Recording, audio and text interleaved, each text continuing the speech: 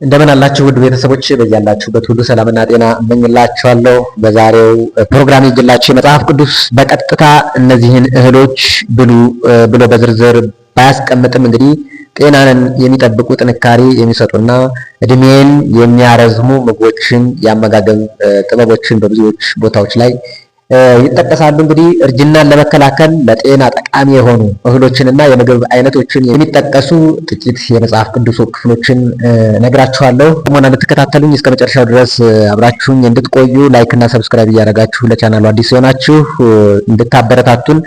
እንግዲህ በመጀመሪያ ጥራጥሬ የተለያዩ እህሎች ዳንኤል 1 ከቁጥር 12 እስከ 15 ድረስ በመጽሐፍ ቅዱስ ውስጥ እህልና ጥራጥሬ ለጤና ለወጣትነት ጥራት ያለው ጥቅም ከሚያሳዩ ታሪኮች አንዱ የዳንኤል ታሪክ ነውና ከ10 ቀን በኋላ የንጉሱን መብል ከበሉ ብላቴኖች ሁሉ ይልቅ መልካቸው አምሮ ስጋቸውም ወፍሮ ታዩ ይላል። ጥራጥሬዎች እንግዲህ አተር፣ ባቄላ፣ ምስር እና ሙሉ እህሎችን ሰውነትን የሚያድሱ ንጥረ ነገሮች ስላሏቸው ለቆዳ ጥራትና ለጤና ትልቅ አስተዋጽኦ አላቸው። በሁለተኛ ደረጃ እንግዲህ የገብስና የስንዴ ጥቅሞች ናቸው። በመዝሙረ ዳዊት መዝሙር 104 ላይ ቁጥር 15 መጽሐፍ ቅዱስ እህል የሰውን ጉልበት እንደሚያጠነክር ይገልጻል። የሰውን ልብ የሚያጸና እህል ይላል።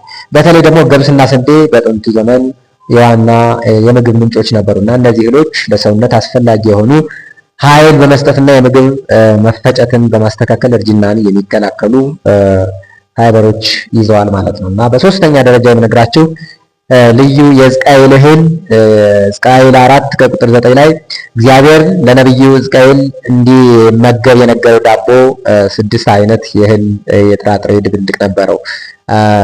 አንተም እንግዲህ ስንዴና ገብስ፣ ባቄላና ምስር፣ ማሽላና አጃም ውሰድ፣ ለአንተም እንጀራ አድርገህ ጋግራቸው ይላልና ይህ እንግዲህ ስብጥር ሁሉንም እንግዲህ አስፈላጊ የሆኑ ፕሮቲኖችና ማዕድናት የያዘ በመሆኑ ሰውነት እንዳያረጅና በሽታንም እንዲከላከል ከፍተኛ ጥቅም ይሰጣል ማለት ነው። በአራተኛ የወይራ ዘይትና ማር ነው።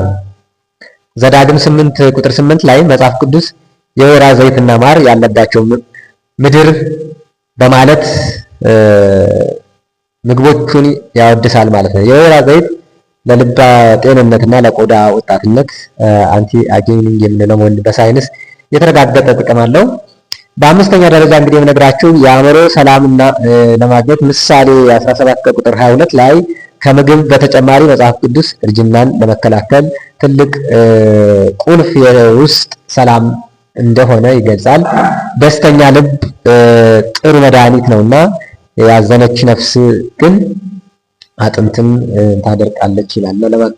ለማጠቃለያ ያህል እንግዲህ በመጽሐፍ ቅዱስ የተጠቀሱትን እንደ ገብስ፣ ስንዴ፣ ምስር፣ ባቄላ፣ ወይራ፣ ማር ያሉ ምግቦች ተፈጥሯዊ ይዘታቸው ሳይቀየር ከተመገብናቸው ለጤና ለረጅም እድሜ ትልቅ መሰረት ናቸው ማለት ነው። በሌላ ፕሮግራም እስክንገናኝ በያላችሁበት ሁሉ ሰላምና ጤና እንመኝላችኋለን።